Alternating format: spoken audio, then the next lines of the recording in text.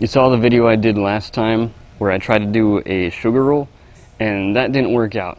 I was using a piece of paper rather than any sort of a plate, as per some advice I saw on a beekeeping YouTube channel. And I knew that could go bad, and sure enough it did. This time I have styrofoam plates, which are probably not ideal, but I didn't want to use like the real plates. And we're just going to see how that works. I got all the tools that I need. Got the half cup to measure 300 bees, a teaspoon, a shaker, a box to shake the bees into, powdered sugar of course, the plates. The soda can is only there to weigh down the paper plates, just in case it gets windy.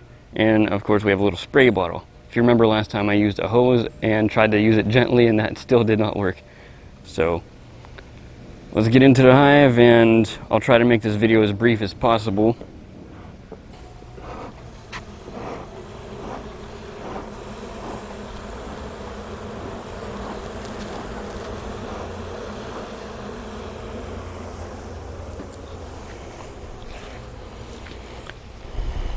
Usually I'll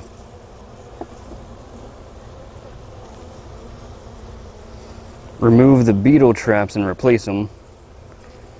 I'm not gonna do that today because we just did the beetle traps last week.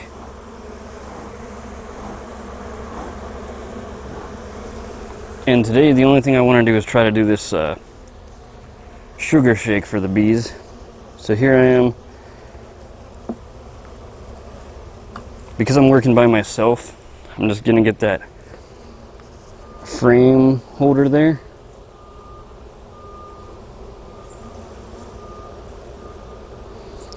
I'm gonna pull out. Okay, that bee wants to sting me. Uh-oh.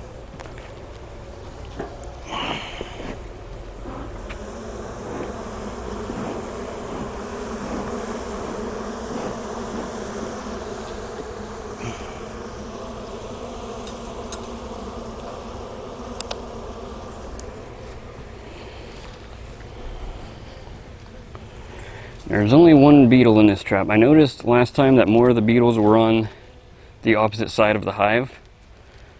So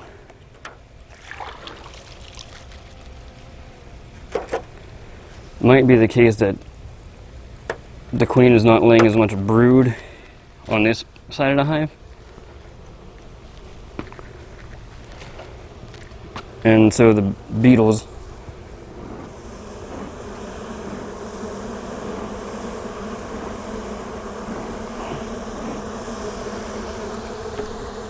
that bee stung me. I don't know if you can see it, but she stung me right in the finger. I didn't even feel it because I guess she didn't get deep enough. Might as well remove that stinger before the other bees decide that I need to be stung.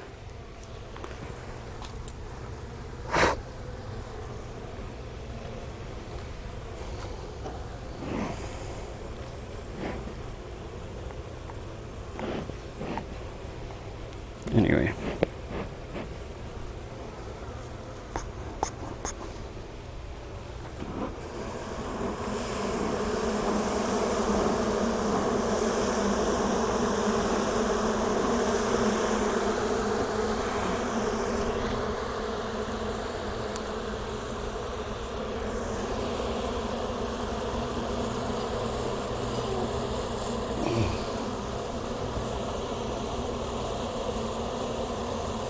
Trap bees.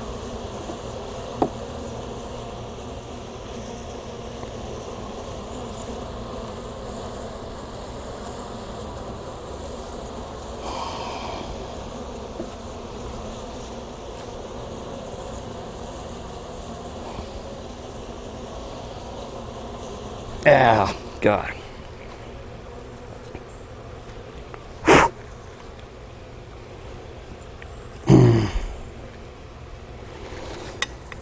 You know what? Maybe not then.